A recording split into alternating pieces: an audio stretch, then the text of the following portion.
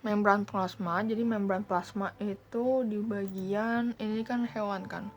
Ini sel membran plasma itu yang garis hitam ini di luar. Nah, struktur membran plasma yang di garis luar ini yang bulat.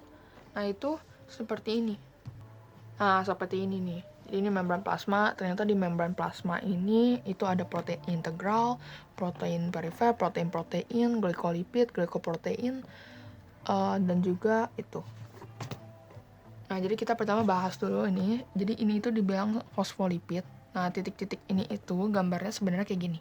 Nah, ini harusnya sebenarnya gambarnya kayak gini. Nah, jadi ini itu namanya, ini itu fosfo, kalau di bawah ini namanya lipid. Kalau nggak salah. Nah, jadi ini itu fosfat, sedangkan ini lipid. Fosfat itu bersifat hidrofilik, jadi dia itu suka air.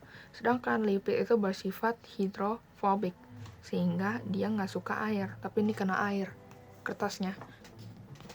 Jadi kayak gitu, ini kena air semua. Nah, jadi bagian struktur sel ada sitoplasma dan membran plasma.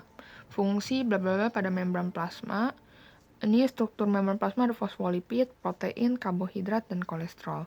Jadi pertama ada kolesterol, fungsinya itu untuk menjaga fleksibilitas, selektif, keluar masuknya zat, dan sebagai buffer fluiditas atau perubahan suhu. Jadi membuat anget kayaknya ya.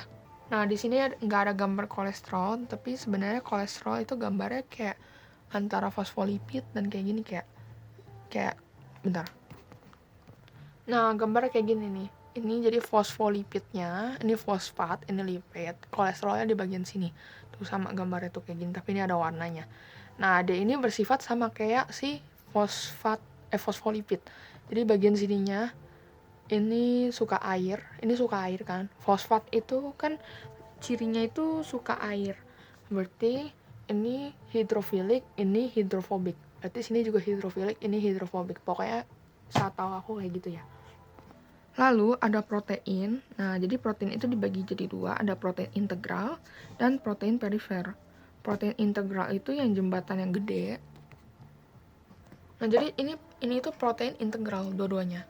Ini juga protein integral, pokoknya buat jembatan, protein integral. Sedangkan ini ada protein integral, ini ada protein perifer, letaknya di luar. Berarti yang kayak ini nih, yang cuma di luar nih. Ini juga nih, perifer. Ini kayak bukan deh. Nggak tahu, pokoknya yang kayak gini yang keluar.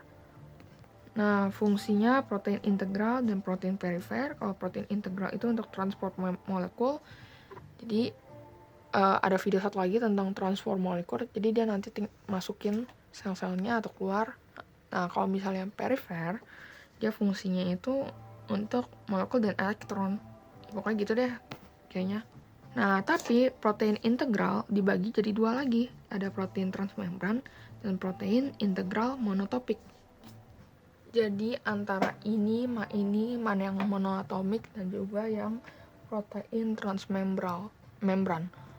Aku nggak tahu. Pokoknya kalian cari tahu mana yang monoatomik integral, mana yang transmembran. Kalau kayaknya ini yang transmembran deh, karena ini ada celahnya buat masukin protein, sedangkan ini yang monoatomik.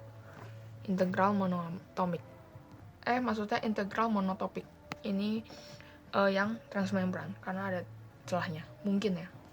Nah, lanjut ada karbohidrat. Karbohidrat sebagai penanda untuk membedakan orang, contohnya pada warna kulit, habis itu sel darah merah kayak golongan darah. Nah, karbohidrat ada glikolipid dan glikoprotein. Nah, kalau misalnya glikolipid itu artinya gliko, karbohidrat, lipid, lemak, berarti nempelnya di bagian lemak. Kalau misalnya glikoprotein, nempelnya di bagian protein. Lalu fungsi membran sel melindungi dan mengatur masuk keluarnya. Jadi masuk keluarnya. Udah.